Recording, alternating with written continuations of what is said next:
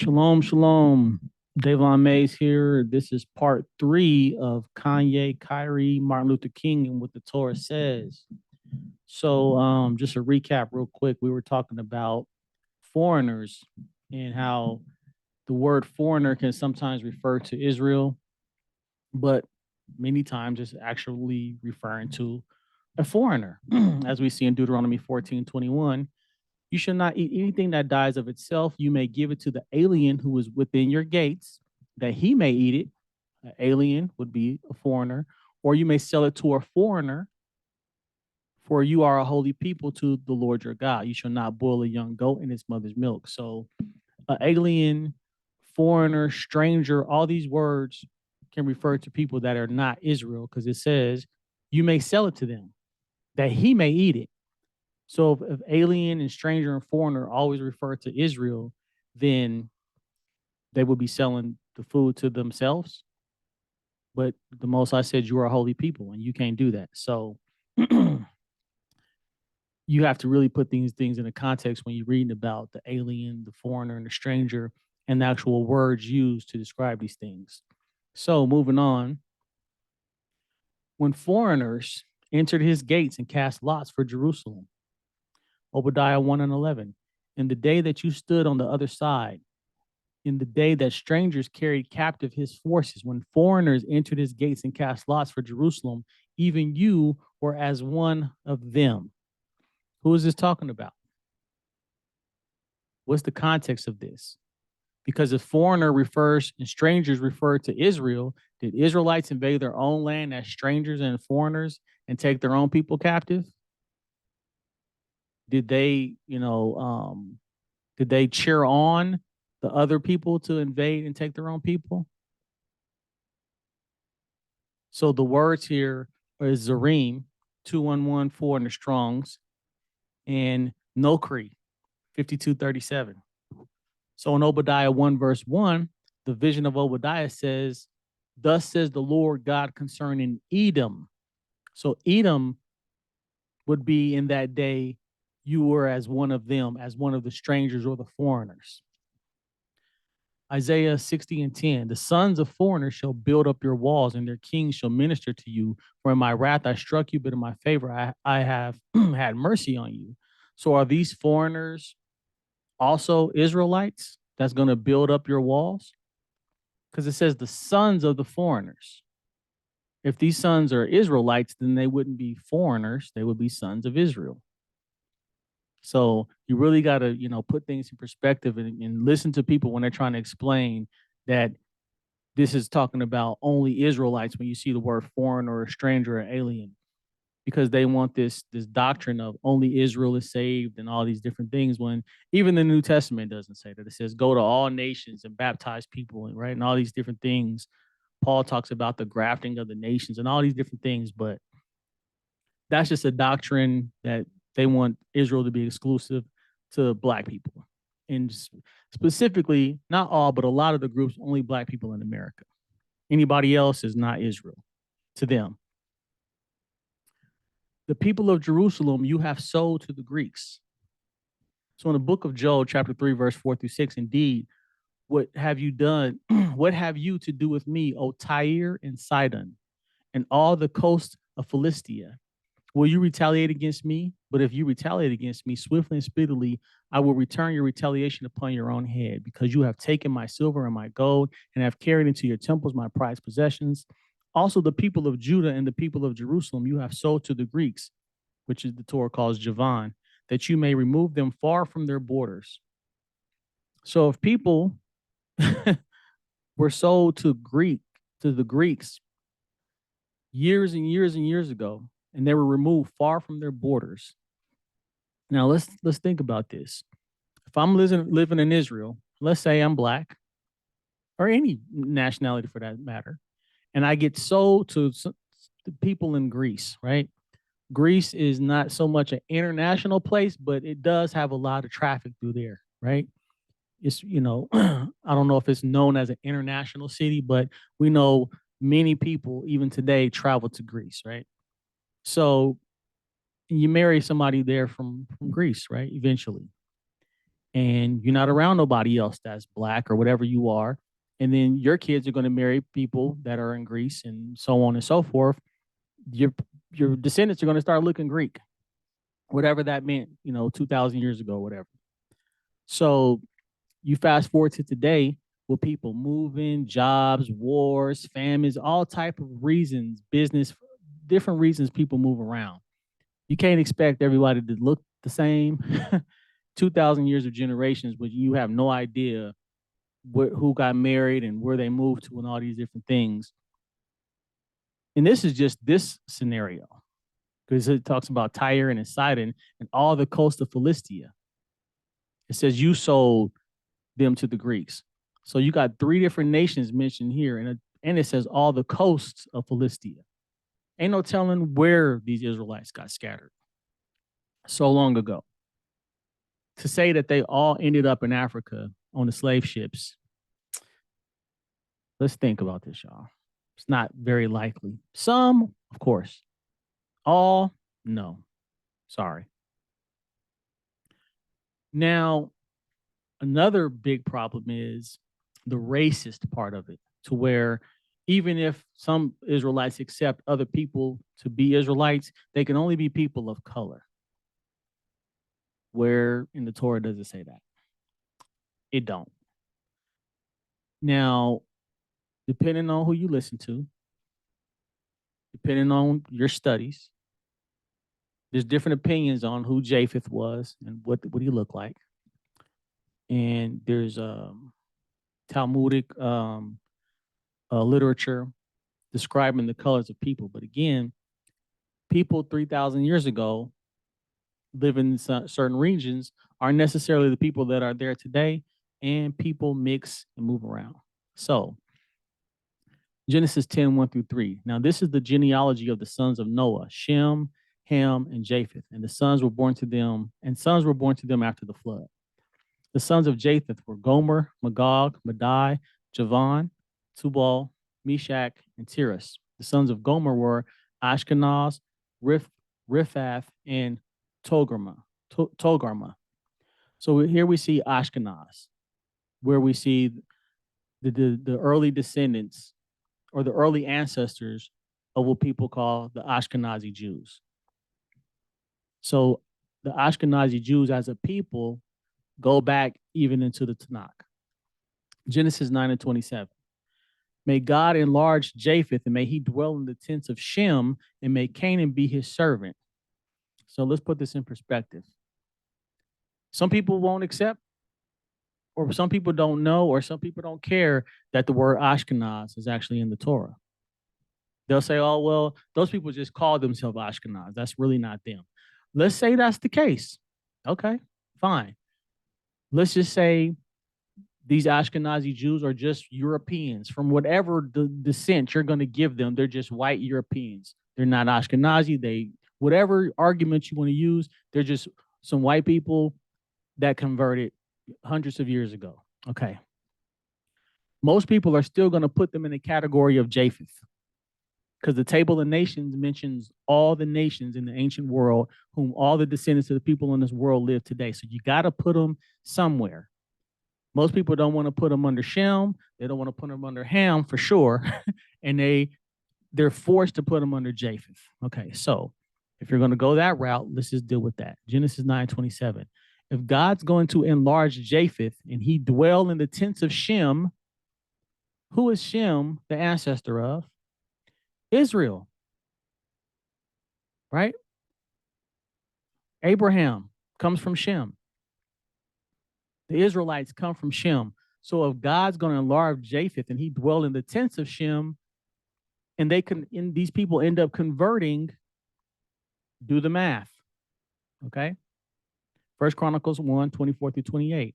Shem, Arphaxad, Shelah, Eber, Peleg, Ru, Serug, Nahor, Terah, and Abram, who is Abraham. The sons of Abraham were Isaac and Ishmael.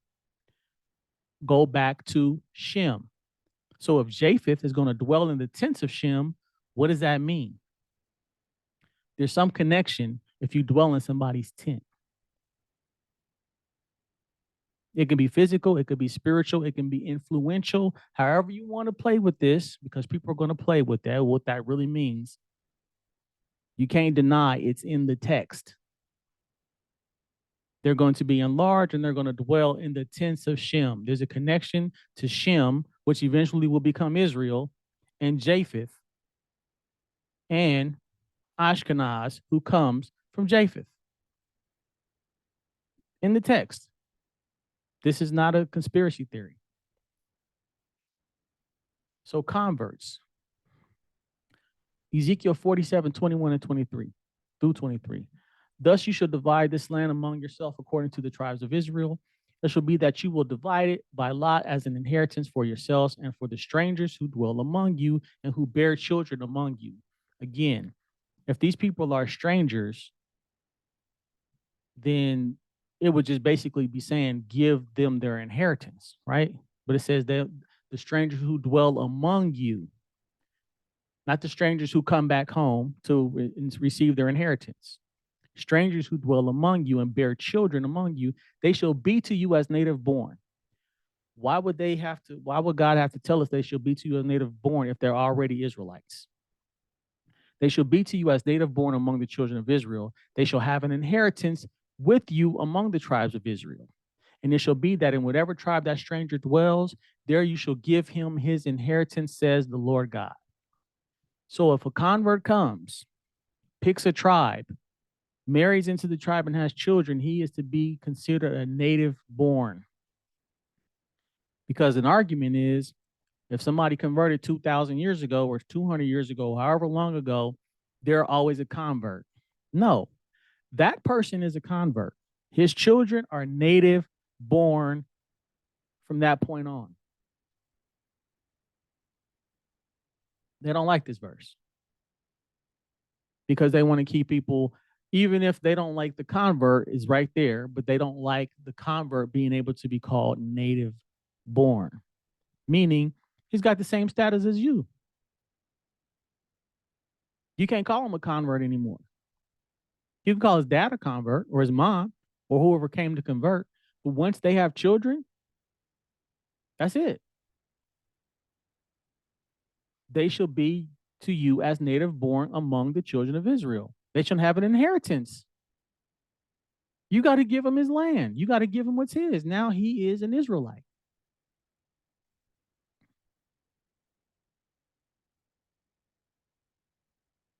And it shall be that in whatever tribe the stranger dwells in, there you shall give him his inheritance. What is he inheriting if he's not an Israelite? You can't sell him any land. The Torah says you may never sell the land because it's mine, God says.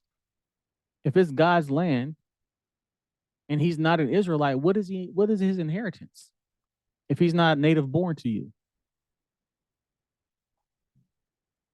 So this is not only about the Ashkenazi Jews or the Sephardic or whatever other Israelites there are that people don't like. This goes for anybody, Yemenites, Africans, Russians, Jamaicans, whatever you are, and you come and convert, nobody can take away your inheritance once you join Israel. That's it. This is not an exclusive club to black people from in the slave trade in America. Sorry. It's not. Isaiah 56, 1 through 5. Keep justice and do righteousness. For my salvation is about to come and my righteousness to be revealed. Blessed is the man who does this and the son of man who lays hold of it, who keeps from defiling the Sabbath and keeps his hand from doing any evil. Do not let the son of the foreigner who has joined himself to the Lord speak, saying, the Lord has utterly separated me from his people. Nor let the eunuch say, here I am, a dry tree, for thus says the Lord God. For thus says the Lord, to the eunuchs who keep my Sabbaths and choose what pleases me and hold fast my covenant, even to them I will give in my house and within my walls a place and a name better than that of sons and daughters. I will give them an everlasting name that shall not be cut off. So here God is telling the foreigners, don't say God has separated me from his people. Why? Because they kept the Sabbath, they hold fast to the covenant. Remember we talked about in the first video, if you're not keeping the Sabbath, if you're not circumcised or you're not putting on tefillin, You are cut off from your people. Excuse me. You're cut off. So you're not an Israelite if you're not keeping those three things. So if a foreigner comes, converts, keeps Shabbat, keeps the covenant, I will give him a name within my walls. Even to them I will give in my house and within my walls a place and a name better than that of sons and daughters. I will give them an everlasting name that shall not be cut off. Like he had to cut off people who broke his covenant. Why? Because these people are holding on to the covenant. So anybody who comes and converts and keeps the laws of God, you can't call them fake. They can call you fake because you're the one cut off if you're not keeping these laws. You're the one that's cut off. You're the one that's fake. Especially if you know you're a bloodline descendant of Israel and you're not keeping those three covenants. You're the one that's cut off. You're the faker. So I don't know why people don't. I'm not going to say they don't read. I really just think they don't care. They're just being their feelings. That's just my opinion. I could be wrong. That's just what it seems like. Isaiah 56, 6-8. Also the sons of the foreigner who join themselves to the Lord to serve him and to love the name of the Lord, to be his servants. Everyone who keeps from defiling the Sabbath and holds fast my covenant, even them I will bring to my holy mountain and make them joyful in my house of prayer. Their burnt offerings and their sacrifices will be accepted on my altar, for my house should be called a house of prayer for all nations.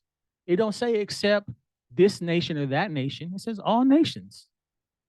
The Lord God who gathers the outcasts of Israel says, yet I will gather to him others besides those who are gathered to him. Now we know there's a couple of exceptions of nations who got problems that the Most High deals with. We know Edom has some problems. That doesn't mean they couldn't convert, but eventually those who stay Edomites with that ideology, they're going to have a serious problem. We'll get to that, but actually I might not even cover that because that's kind of a whole nother topic. But the point is, it says my house will be called a house of prayer for all nations. And if Edom is destroyed, in the Gog and Magog war, whenever that happens, the nations that don't survive, then of course you're not going to be around. But again, it's not going to be everybody from that nation. It's only going to be the people who win against Israel. Because, in every group or club or whatever you want to deal with, you got your bad seeds and your good seeds. So, and it says, yet I will gather to him others besides those who are gathered to him. Who's going to be gathered to Israel besides those who are already gathered? A house of prayer for all nations.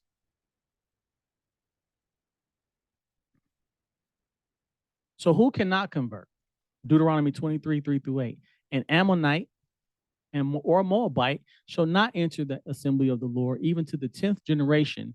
None of his descendants shall enter the assembly of the Lord forever, because they did not meet you with bread and water on the road when you came out of Egypt, and because they hired against you Balaam, the son of Beor, from Pethor of Mesopotamia, to curse you. Nevertheless, the Lord your God would not listen to Balaam, but the Lord your God turned the curse into a blessing for you, because the Lord your God loves you. You shall not seek their peace nor their prosperity all your days forever. Psalm 83. Read Psalm 83. You shall not abhor an Edomite, for he is your brother. You shall not abhor an Egyptian, because you're an alien in his land. The children of the third generation born to them may enter the assembly of the Lord. So those who hold anybody to be an Edomite, they can convert. The children of the third generation born to them may enter the assembly of the Lord. There was a slight restriction, but they can still convert.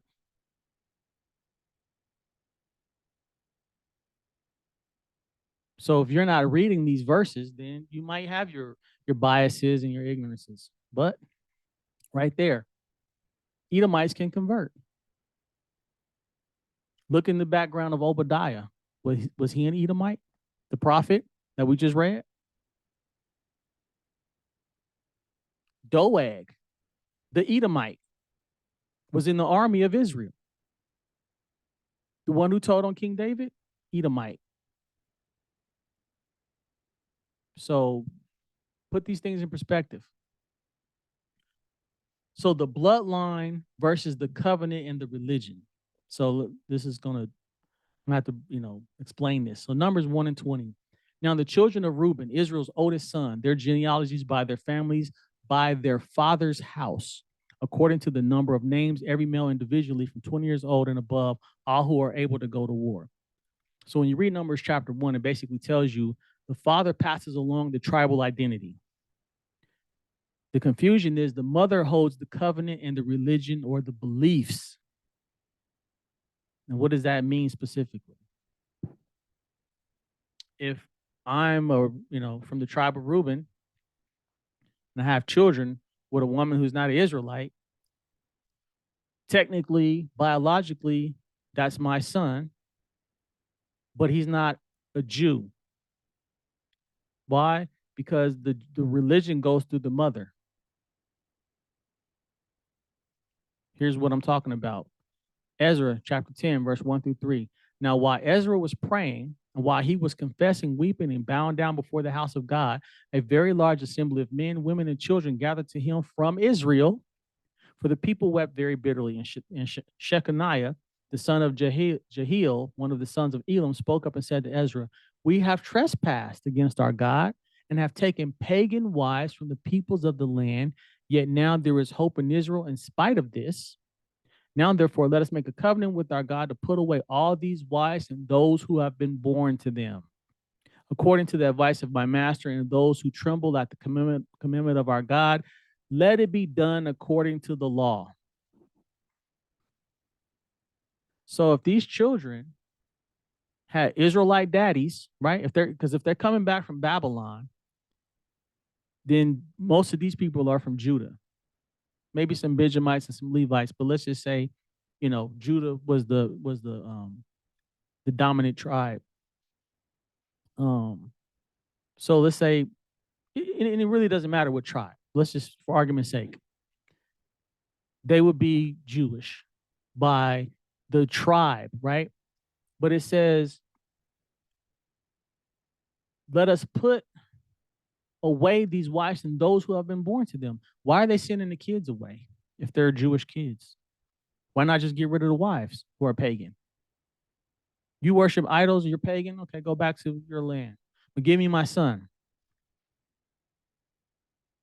Because the beliefs, the religion, the nurturing of the child goes through the mother. Let it be done according to the law.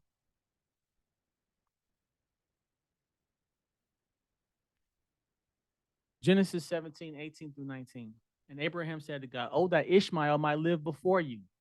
Then God said, "No, Sarah, your wife, shall bear you a son, and you shall call his name Isaac. I will establish my covenant with him for an everlasting covenant, and with his descendants after him." Ishmael was the son of Abraham. Technically, he would have been an Abrahamite, right? Or whatever.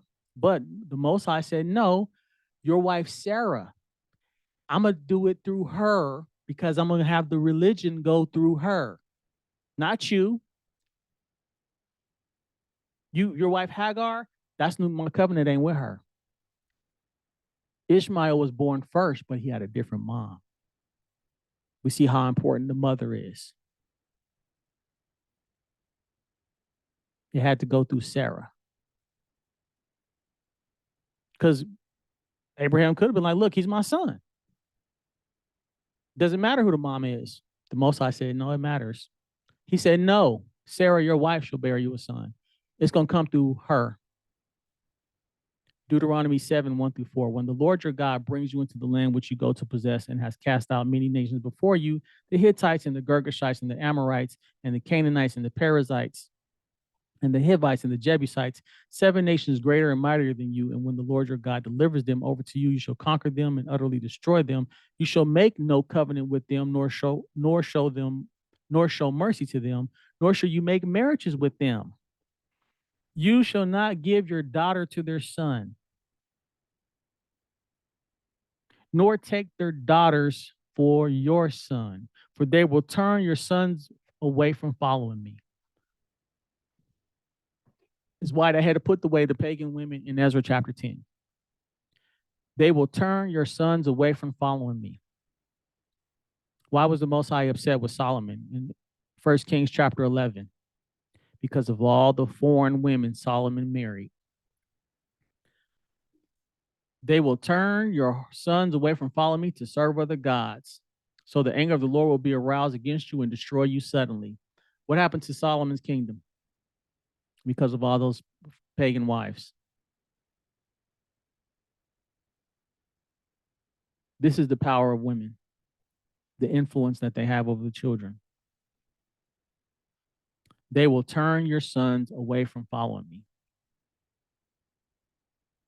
It doesn't say their sons will turn your daughters away from following me, nor take their daughter for your son.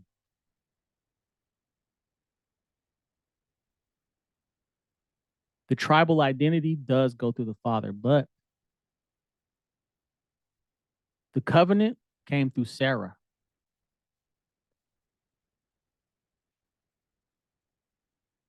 I hope that makes sense. So, are Ashkenazi Jews Moabites or Ammonites? Genesis 10 to 10, chapter 10, verse 2 through 3.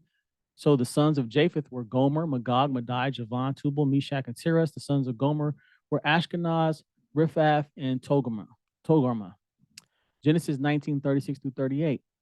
Thus, both the daughters of Lot were with child by their father. The firstborn bore a son and called his name Moab. He is the father of the Moabites to this day. And the younger, she also bore a son and called his name Ben-Ami. He is the father of the people of Ammon to this day. Ashkenaz existed before Ammon and Moab.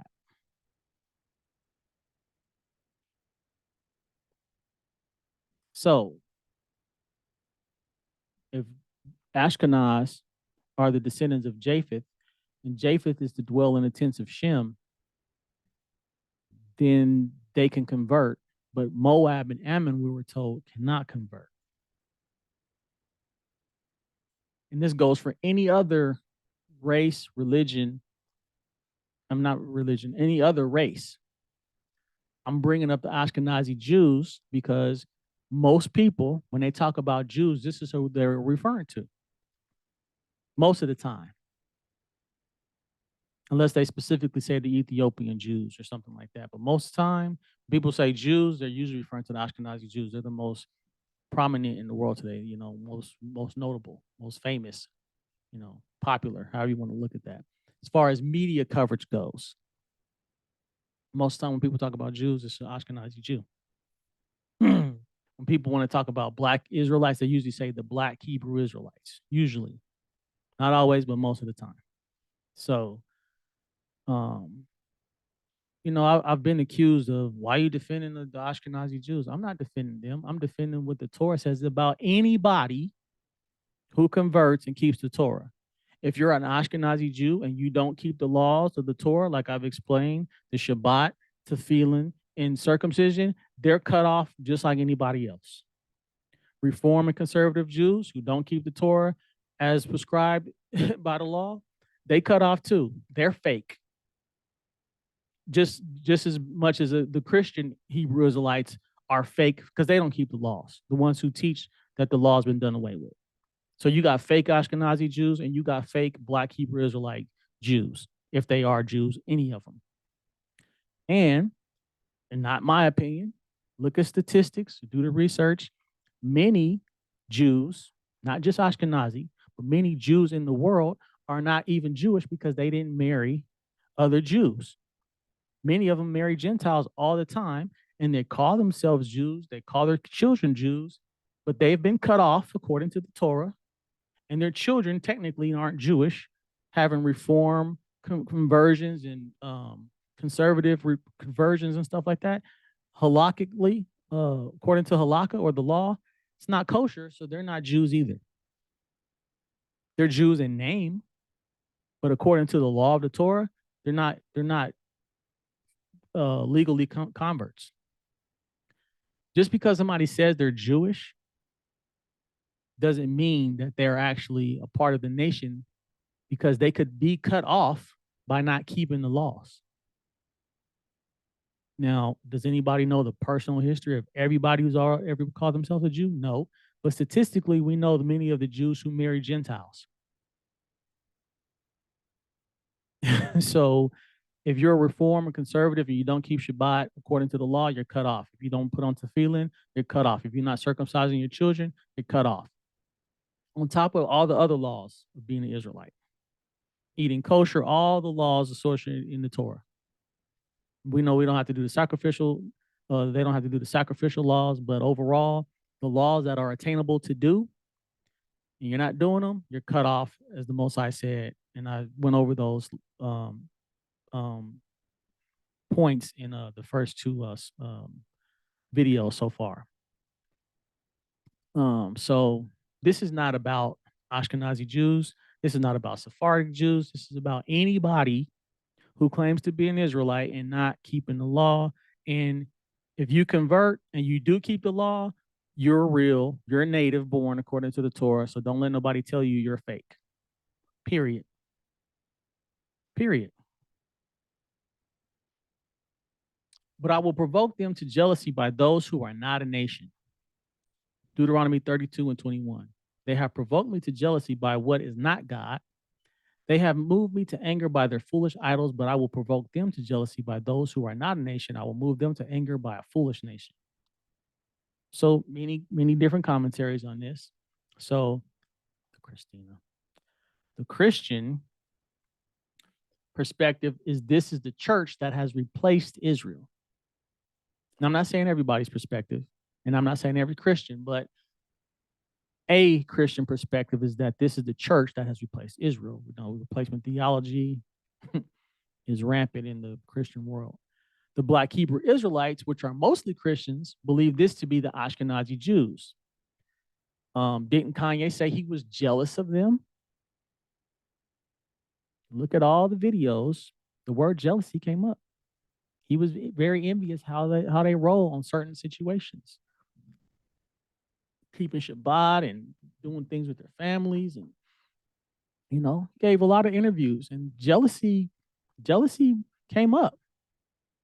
That's exactly what it says. I will move you to jealousy.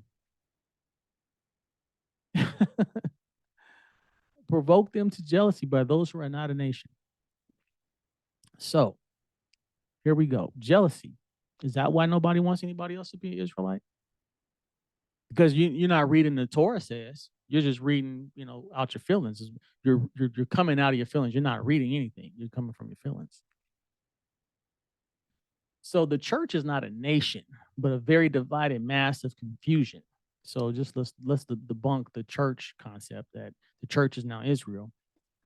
Hebrews 7:12 says, for the priesthood being changed, there is made a necessity, also a change also of the law. Let me read that again. For the priesthood being changed, there is made of necessity a change also of the law. So whoever wrote the book of Hebrews is telling you the Torah is going to change. But according to Christianity's God, Messiah, however you look at Jesus, he says in Luke 16:17, it is easier for heaven and earth to pass than one tittle of the law to fail. So how exactly did the law change if heaven and earth has not passed? So this is definitely not a nation on the same page. The church is a divided mess, is what it is. So replacement theology. The church now wants Israel to be the church, and Jesus is now the new high priest. Jesus is now taking the place of the Levites. But if Jesus says not one tittle of the law will pass in Luke 16:17, what does Deuteronomy and Jeremiah say about the Levites? Deuteronomy 18:1-5. The priests, the Levites, all the tribe of Levi shall have no part nor inheritance with Israel. They shall eat the offerings of the Lord made by fire and his portion. Therefore, they shall have no inheritance among their brethren. The Lord is their inheritance, as he said to them. And it shall be the priest's due from the people from those who offer a sacrifice, whether it is bull or sheep, they shall give it to the priest, to give to the priest the shoulder, the cheeks, and the stomach. The first fruits of your grain and your new wine and your oil and the first of the fleece of your sheep, you shall give him, for the Lord your God has chosen him out of all your tribes to stand to minister in the name of the Lord, him and his sons forever. Not a word about Judah. And before you bring up Melchizedek, go watch my video or get my book, Psalm 110 and the Kings of Righteousness. David and all his righteous sons, Hezekiah, Josiah, they were of the order of Melchizedek because that just means a righteous king. Jeremiah 33:17-18. Jesus was never a king. And go look at my Isaiah 53:9 part 2 on Tanakh Talk, and I'll show you that Jesus wasn't righteous either. He broke some laws, and according to the New Testament, you break one law, you broke them all. So that kills that argument. Jeremiah 33:17-18. For thus says the Lord God, David shall never lack a man to sit on the throne of the house of Israel, nor shall the priests. The Levites lack a man to offer burnt offerings before me, to kindle grain offerings, and to sacrifice continually. So there we have the house of David and the house of Levi is going to have somebody doing their specific job continually. And again, Luke 16:17 says, this has not failed, because heaven and earth has not failed. And Christians love to go to Deuteronomy 18, but they don't read verse 5. I don't know why they don't want to read that verse. It's right there. The verse is very clear. So the Ashkenazi Jews are converts and are seen by many to be fake or imposter Jews. Why? No, nobody wants them to be Jews if they think they're fake just because they're white. If they were African, would they have the same problem? Ethiopian Jews don't get this. They don't get the same energy that people put on the Ashkenazi Jews.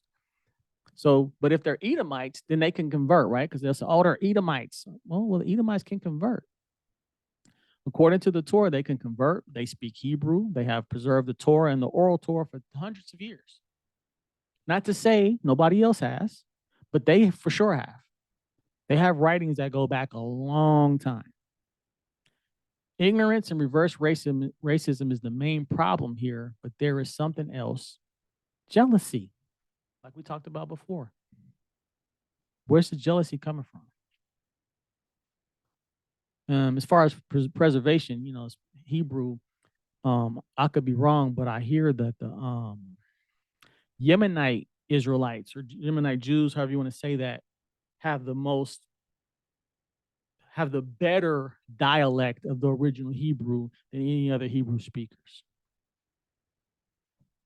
So even the Yemenites, which are not African Americans, right? But the Yemenites, they kept the Torah, they preserved it and the language very well over hundreds of years. So riches, status, and power. Where's the jealousy coming from? Because if Ashkenazi Jews were trailer park Jews, I don't think nobody would care, right? They'd be like, oh, those poor guys want to learn a little bit of Torah, you know what I'm saying? Well, let's give them some charity. But since they're rich, it's a different perspective. So the Ashkenazi Jewish world has many rich and powerful people. Like we talked about, we're going to address, do they run Hollywood? Do they run the rap industry? We get into that. It came up, so we're going to get to that. And the Black Hebrew Israelites are in the ghettos and are recently waking up in the last 100 years, identifying as Hebrews on a major scale. So not to say that all the Black Hebrew Israelites are in the ghettos, but the majority of them come from that world, to my knowledge, as far as I know, and I'm not saying all of them, but many do. They're not preaching from Beverly Hills, or the Hamptons. They're on the street corners in New York, and when they go home, it's not, they're not going to the mansions, most of them. So there are famous Black actors, musicians, and athletes that have converted or return to their heritage. Sammy Davis Jr., actor. Shine, rapper. Nassim Black, rapper slash producer. Mari Stoudemire, NBA, right? Black Hebrew Israelites claim the Ashkenazi Jews know who the real children of Israel are and are not acknowledging them. There is some truth to this, but there's a case of painting with a broad brush. So we just see some very famous black Jews, right? So nobody's denying that there's black Jews. They're just not as famous or popular as the Ashkenazi Jews are. So, and the claim that the Ashkenazi Jews know who the real children of Israel are and not acknowledging them. So, unfortunately, there's some racist Jews, Ashkenazi Jews as well, but a lot of them aren't. Who marched with Dr. Martin Luther King? Some were Jews. Jews do a lot of philanthropy in the world. Not to say nobody else does, but since we're talking about that, they do that. They give away a lot of money. So many people that leave the church and try to connect to the Torah via the Jewish community are met with unwelcoming arms on many occasions. I can personally attest to this. Now, I didn't get like the hand or nothing like that, like get away, but I didn't get, big hugs and kisses or nothing like that. Some people would talk to me and some wouldn't. Some were very nice and some would sit down and actually warn, this is very, this is not church. This is not Christianity. These are laws. This is not something you can do when you feel like it. So I appreciate the ones who actually took time to talk to me when I would go to the synagogue and sit down and just see what it's like to even go inside of a synagogue. I learned a lot. And the ones that I talked to, I didn't keep in touch with them, but I'm very grateful that they were able to explain some things to me that I had no idea about at the time. This was many years ago. So for the reason that, people talk about Jews is because some of them have the same problem as the Black Hebrew Israelites. They don't think anybody else can be a Jew because they're ignorant. A lot of them just are not well studied. They're not well learned. They're Jew in name, but they're not religious. Some of them, they don't go to yeshiva. They don't know these things. They're isolated in their communities and they don't see no black people. And when they do, oh, he must not be Jewish. He's black or he's whatever, Mexican, whatever, right? There are many reasons for this. Converts marrying for money, status is one of the reasons that they aren't so friendly to the converts or anybody coming into their world because people see money and power and they can get to that through marriage. And unfortunately, people are fake. A lot of people do it for the wrong reasons and they convert, but they didn't have no intention of keeping the Torah. They just converted to get that money. So, once you get hip to that as a community, you're like, you know what? We're just going to avoid y'all altogether. And this ain't specifically against black people. This is about anybody who's trying to convert and come to their neighborhoods. There's not even not Ashkenazi Jews, but there's Syrian communities who don't accept converts. There's other Jews that are not white that don't accept converts either because of this same problem of people marrying for money and status. And unfortunately, like I said, ignorance, isolation, and racism also plague the Ashkenazi Jews. So they're not out the hook either for being racists. And whatever else they do, as far as their involvement in the slave trade or the music business or any other things that's illegal according to the Torah. So before anybody labels me the defender of the Ashkenazi Jews or any other Jew that's not a African American, this is across the board for anybody. Anybody. A light to the nations. So Jews were never known as proselytizing people because the wisdom of the Torah was the light that drew people from around the world to them. When you have a candle, moths come to the candle. You turn a light on, moths come to the light.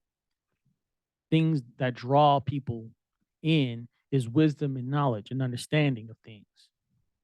You have a great speaker, their reputation is going to precede them, right? People are going to, well, oh man, I heard this speaker, you should come listen to him.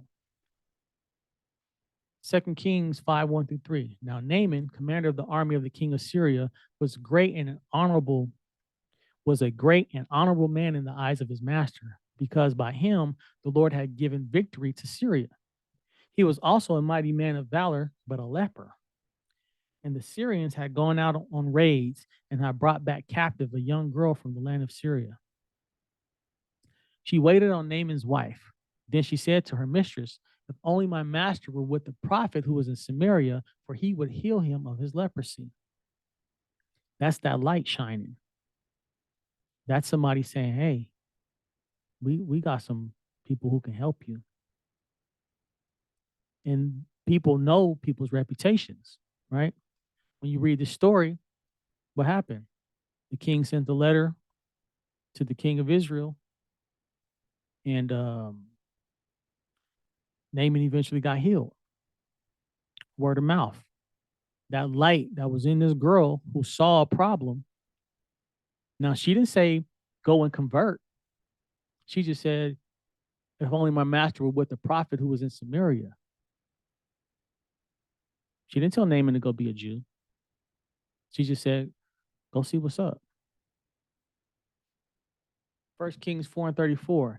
And men of all nations from all the kings of the earth who had heard of his wisdom came to hear the wisdom of Solomon. They heard of the wisdom. They heard, right? They were drawn to the light. Solomon didn't send out missionaries. 1 Kings 8:41. Moreover, concerning a foreigner who is not of your people Israel, but has come from a far country for your name's sake. Your reputation precedes you. They heard about the Most High's dealings with Israel. They heard about the wisdom of Solomon. That light drew the people to Israel. That's why they're not proselytizing. So instead of shunning potential converts or bloodline descendants of Israel that have realized who they are, they are not met with love. And I explain one of the reasons why. This causes hatred and animosity, right? Converts are turned away 3 times after they are accepted. So the reason for this is to avoid bringing in people who are not serious and to make them aware there is no reverse in the process. Very serious thing to convert. Ecclesiastes 5:4. When you make a vow to God, do not delay to pay it, for he has no pleasure in fools. Pay what you have vowed. Conversion is basically making a vow to God that I'm going to join your nation and I'm going to keep the laws. And it's a lot to learn. A lot to learn. So you're going to get turned away 3 times before they let you convert. They're not looking for converts. They're looking for people who are serious, and their job is to be a light to the nations. And the laws of Noah are another way of connecting to God without being Jewish. You don't have to be Jewish to have a relationship with God.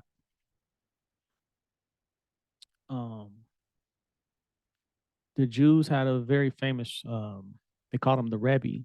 He talked about actually teaching the laws of Noah, not necessarily sending rabbis out to proselytize, but basically, from my understanding, and I could be wrong on this, but having the actual rabbis of that generation begin to study and teach the laws of Noah that they weren't previously just weren't concerned with. The Holocaust had happened, and there was world wars going on back in the day, so people were like rebuilding their lives in the 40s up into the through the 70s, there was wars, the Vietnam War. Like there was a lot of wars for a period of like 30 years in America alone. So people, they were rebuilding their lives, running all over the place, just trying to get their life together. So, but I heard in a speech, talked about the nations keeping the 7 laws of Noah. And then a lot of rabbis, were not teaching these things. So today, there's a lot of rabbis teaching it. Now, you have to be careful because you have a lot of people who are teaching it in a controversial manner, meaning everything is not allowed for a Gentile to do that an Israelite does. Excuse me. Some of these rabbis are allowing things according to halakha are not allowed. They're being very lenient. Some are very strict, but some are lenient and some of them are not doing people any justice, because now you have people basically creating a new religion that's half Jewish, half B'nai Noach. And that's not how it's supposed to work. You can't be a B'nai Noach, basically living like a Jew. Either you convert or you just stay a B'nai Noach. So I don't want to go too much into that, but just be careful of, what you're teaching and who you're learning from on both sides. So the Ben Noach awakening. Today, there are many people learning the 7 laws of Noah. Many have Jewish ancestry, but are not aware of it. And many are simply leaving other religions and are joining themselves to the God of Israel. So, people are waking up. There's a lot of people in the world who don't know that they're Israelites. Pretty sure. Jeremiah 16:19. O Lord, my strength and my fortress, my refuge in the day of affliction. The Gentiles shall come to you from the ends of the earth and say, surely our fathers have inherited lies, worthlessness, and unprofitable things. This brings people to become Jews or an Israelite, or leave the man-made religions and follow the universal laws for all mankind. So there's an awakening right now. People are coming out of the church. They're leaving, idolatry from whatever form that may be from, and they're turning to the God of Israel. That's a wonderful thing. They're learning the laws. They're learning Hebrew. It's big. It's a big thing. So again, you don't have to be an Israelite to have a relationship with God. Noah was not an Israelite, and he was saved from a flood. Job has got one of the biggest books in the Tanakh, and he wasn't an Israelite. And you could still be rich. Job was rich. Job lived a long time. Like, you can have a lot of benefits. Read Job 5:17 through 27. Man, you good, right? Just study. It's okay to listen to people, but fact check them, right? Look it up. Look up these verses. Don't believe nothing that I've said. Look it up. So Jews teaching non-Jews, like I said earlier, I'm not going to go too deep in it, but I do have to touch on some things. So this is a very controversial situation. The danger is that teaching Torah to beginners or anyone new to spirituality can be a great thing. However, teaching Torah to former Christians can be disastrous. Like I said, creating new religions. I'm not going to go into all the details, but like I said, I do have to touch on a few things. People have a tendency to take what they learn and modify it, potentially creating a new religion. Christianity is a result of Jews using the Tanakh to promote a new religion and have turned a Jew into God. Do y'all realize that? The Christians turn a Jewish person into God. So the Christians want the world to worship a Jew. How do you think people who hate Jews feel about that? Not only do we not like the Jews, but now he's God? What? They don't like that. And the Torah don't teach that. So again, they created a new religion. So they have taken verses out of context, omitted words, added words. or simply introduce an entirely new doctrine and claim it comes from the Tanakh, when in fact it is the opposite of what the Tanakh teaches. And I have many videos showing this point. I got a whole series of books, the False Fulfillment Citation series on Amazon, goes through all the famous chapters that they love to deal with: Psalm 22, Isaiah 53, Daniel 9, right? Just on and on and on. So the majority today, the majority of the Ashkenazi Jews are not trained in dealing with this topic, and many arguments are now on the table concerning how to approach this matter. So the Black Hebrew Israelites, many of them do a lot of studying. They do. They got YouTube videos, hours and hours long of content, lots of content. Most of it is a Christian perspective, though. The Ashkenazi Jews are more Talmudic and not so much Tanakh heavy in their learning or teaching. And teaching somebody Talmud who doesn't know what the Talmud is or have a Christian background that pretty much demonizes the Talmud, nobody's going to listen to that. And if you don't know how to relate to people from the actual Bible, what we call the Torah or the Tanakh, the Old Testament, because you're not so much learned in that, you're not going to get very far. So, like I said, this is why the Rebbe that they called, the man that they called the Rebbe, said, y'all need to start learning these 7 laws of Noah and teaching people. So, nobody's perfect. Everybody makes mistakes and everybody got the reasons why they do stuff. So the Black Hebrew Israelites are bringing people's attention to the Bible and to the Torah, but by doing basically reverse racism, they're doing more damage. And the Ashkenazi Jews, who don't even really engage anybody else and who are racist and who are involved in things that are not, kosher, they're doing the same thing. They're doing damage to the Jewish, identity, and they're not helping people. And of course, everybody's got their bad seeds. Many Black Jews, Hebrew Israelites, are not like that. But some of them are, and some of them are very famous. And there's some good Ashkenazi and Sephardic Jews that are very famous and help a lot of people as well. So again, everybody's got their bad seeds. So here's some of the things that I was talking about: Jews teaching non-Jews, Shabbat, holiday, circumcision, tefillin, kosher, and prayer. All these topics, some of them are controversial because, these are points of contention. The Shabbat and circumcision are covenants between God and the Jews. It specifically says these things. The holidays are events that are Jewish history. So anyone participating in these things as an obligatory command will be living a lie.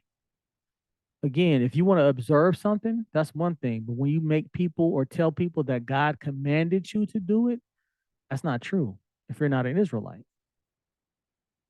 Nowhere in the Torah are these things commanded to the nations. Nowhere. Recommendations, participation is different from obligatory. Because it says if a foreigner wants to eat the Passover with you, he's got to be circumcised. So again, there was stipulations to these things, but it doesn't say, and the foreigner must observe the Passover or he's cut off from my people. It doesn't say nothing like that. To rest on the Sabbath and acknowledge their holidays is not a violation, but when you teach or obligate others to do so, that is creating a new religion. If you don't want to work on Shabbat, okay, fine, don't work on Shabbat. But you probably don't even know the 39 restrictions that come with Shabbat because you're not familiar with the oral Torah. Without the oral Torah, you can't even translate the Bible. Why is Israel spelled with a shin and not a sonic? Where does it tell you how to circumcise a baby? Nobody can open up a Bible and say, see right here, this is how you circumcise a baby. They say to circumcise a baby, but it don't tell you how. It don't tell you how to slaughter an animal. It tell you how it tells you what to do. It tells you to slaughter an animal, but it don't tell you how. And we can go on and on about what to do versus how to do it. On and on. And I got a video about why don't Jews and Christians accept the oral tradition. Got a video on that. So Jews have 39 restrictions on the Sabbath, like I said. Without the oral tradition, you will most likely violate the Shabbat anyway. So, you know, this is one reason why Jews do not proselytize. It is better to let someone come seeking the truth because they will be more willing to learn than to be tricked or given a guilt trip like the missionaries do. If you don't accept Jesus, you're going to hell. Like, that's a guilt trip, right? That's like, wow, that's pretty blunt. God himself said he would gather outcasts and people themselves would come to join Israel on their own. So there's a process. If God wants you, you're going to get the message. You're going to get the memo. So this is one reason that you don't see Jews proselytizing. Because people get mad. Well, if they the Jews and they know we the Israelites, how come they don't come and how come they don't say nothing? Like, well, there's reasons for everything. Just because you don't know, don't make somebody evil. Yet I will gather to him others besides those who are gathered to him. We read Isaiah 56:8. The Lord God who gathers the outcasts of Israel says, yet I will gather to him others besides those who are gathered to him. Who is these people? It could be people who think they're B'nai Noach. Who knows? What your genealogy goes back to? Isaiah 11:12. He will set up a banner for the nations. Why would God set up a banner for the nations if he doesn't care about them? Like some of the black Hebrew Israelites say, if you're not an Israelite, you're not going to be saved. Then why is he setting up a banner for these people? And I will assemble the outcasts of Israel and gather together the dispersed of Judah from the four corners of the earth, not America only, because America is not the four corners of the earth. Zechariah 8:23, thus says the Lord of hosts, in those days it shall come to pass that 10 men of all the languages of the nations shall take hold, even take hold of the skirt of him that is a Jew, saying, we will go with you, for we have heard that God is with you. Again, he's not going out gathering. He's not going out proselytizing. It says that they're going to grab on him. They're going to grab on his skirt and say, man, we're going with you. Can I roll with you?